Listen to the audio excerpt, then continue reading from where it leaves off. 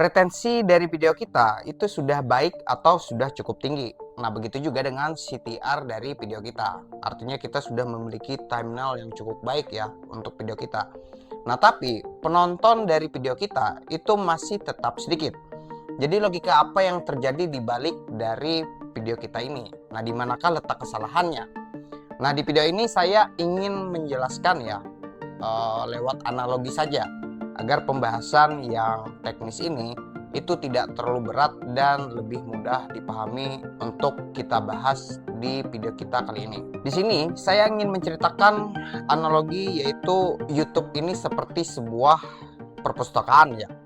Jadi kalau kita masuk ke dalam sebuah perpustakaan, kita akan melihat banyak sekali rak yang berjejer di dalam perpustakaan tersebut. Di situ ada rak khusus yang membahas mengenai sejarah, ada rakku mengenai motivasi atau self improvement, kemudian rakku yang membahas mengenai pengetahuan mengenai finansial.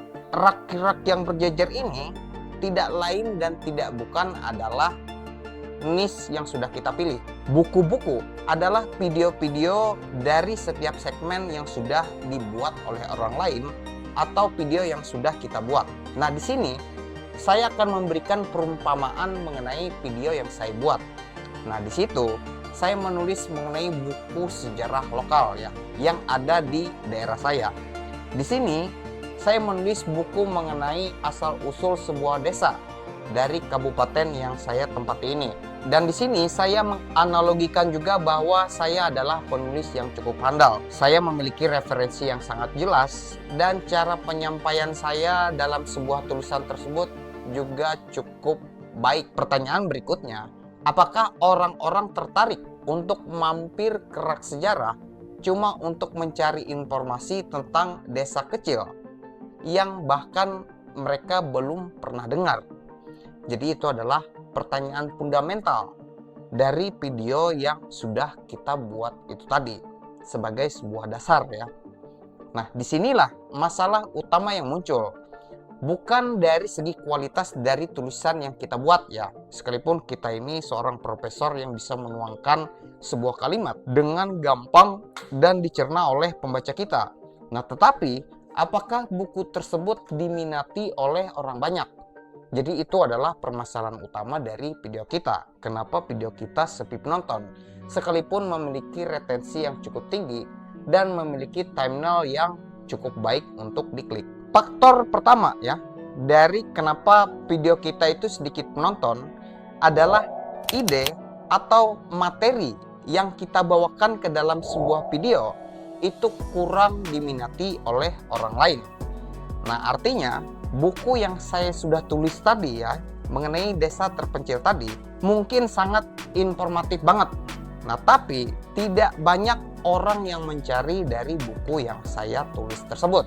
Jadi itu adalah filosofi yang digambarkan dari retensi yang cukup tinggi, CTR yang tinggi, tapi memiliki penonton yang tidak banyak. Sebetulnya ini bukan salah kita juga ya.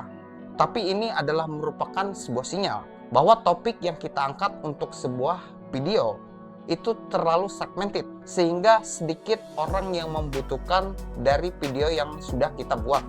Jadi solusinya adalah buatlah sejarah yang dicari oleh orang banyak. Buatlah video yang banyak dibutuhkan oleh orang untuk diketahui jawabannya dari video kita. Jadi itu adalah solusi pertama jika kita ingin memperbaiki jumlah dari penonton dari video kita, yaitu cari video yang memiliki demand yang cukup tinggi. Bagaimana cara untuk mengetahui buku yang banyak dicari oleh orang? Maka yang harus kita lakukan adalah meminjam buku tamu untuk mengetahui buku apa saja yang sering dicari oleh pengunjung-pengunjung yang datang ke perpustakaan tersebut. Nah, kalau di YouTube, buku tamu ini tidak lain dan tidak bukan seperti tools vidIQ atau TubeBuddy dan juga Google Trend. Nah, itu adalah fungsi dari TubeBuddy atau vidIQ yang banyak disarankan oleh konten kreator yang cukup besar ya. Nah, di sini saya menggunakan vidIQ untuk mencari tahu apa yang biasanya dicari oleh orang untuk datang ke YouTube. informasi apa yang ingin mereka ketahui, sehingga mereka mencari video-video YouTube yang ada di dalam YouTube. Jadi itu adalah fungsi dari vidIQ dan TubeBuddy atau Google Trend. Sekalipun kita membuat video berdasarkan buku tamu atau vidIQ ini, yang namanya buku tamu ya, otomatis akan memperlihatkan riwayat. Kita jadi tahu buku atau video seperti apa yang mungkin menarik perhatian. Buku tamu hanya memberikan kita informasi arah minat pembaca. Jadi bukan jaminan buku kita menjadi lebih populer dari buku yang lain. Jadi itu adalah analogi dari buku tamu atau vidIQ. Nah, ini akan lebih baik daripada kita tidak memiliki dasar sama sekali untuk pembuatan video kita. Kemudian permasalahan yang kedua adalah kenapa retensi kita cukup tinggi tapi penonton kita masih tetap sedikit, yaitu adalah terlalu banyak pesaing untuk video kita. Nah, bayangkan ya, kita sudah menulis buku dengan topik yang cukup ramai dicari oleh orang, tapi ternyata rak buku sudah penuh banget dengan buku yang serupa.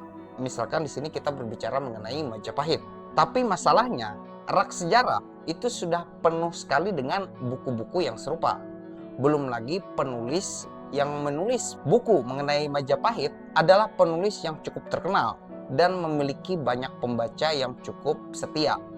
Jadi itu membuat buku kita itu susah untuk naik ke permukaan kalau dikembalikan ke analogi yang sudah saya bawa tadi ya. Nah, solusinya kalau masih kita ingin membawa buku mengenai sejarah mengenai Majapahit ini, mau tidak mau kita harus memberikan atau menyajikan dengan angle yang berbeda ya. Misalkan kompetitor kita banyak menceritakan mengenai sejarah berdirinya kerajaan Majapahit. Nah, kita jangan membahas hal yang serupa, melainkan dari angle yang lain. Misalkan apa yang terjadi kalau Majapahit tidak runtuh? Apakah dia tetap ingin bergabung dengan Indonesia?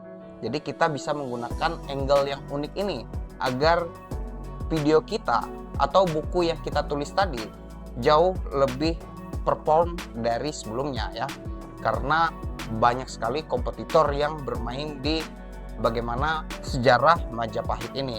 Faktor yang ketiga yang membuat video kita sedikit penonton sekalipun retensi dan CTR-nya tinggi adalah channel kita masih terlalu kecil, sehingga kita masih memiliki sedikit penonton yang loyal terhadap video kita. Nah, dan YouTube masih membutuhkan banyak sekali data untuk mencari target penonton yang sesuai dengan video kita. Untuk menstrategi semuanya ini, biasanya saya membuat video pendek ya, yaitu sebuah trailer untuk video saya. Kebetulan saya bermain di sejarah juga. Dan trailer itu saya sebarkan ke grup-grup Facebook lokal yang ada di daerah saya. Jadi itu adalah strategi terakhir untuk meningkatkan penonton dari segmen atau niche yang terlalu spesifik dari video kita. Nah, menurut kamu kira-kira apa solusi yang pas untuk problem yang seperti ini?